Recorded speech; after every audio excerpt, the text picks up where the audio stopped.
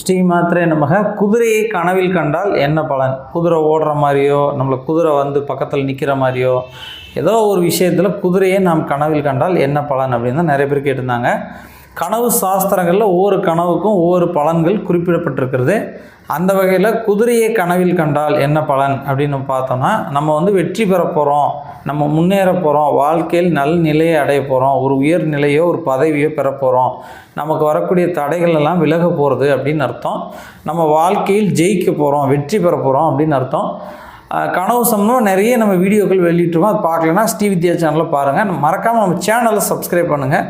Subscribe பண்ணிங்கன்னா தான் எங்களோட வீடியோக்களை பார்க்க முடியும். இந்த வீடியோவுக்கு மறக்காமல் ஒரு லைக் பண்ணுங்கள். நன்றி.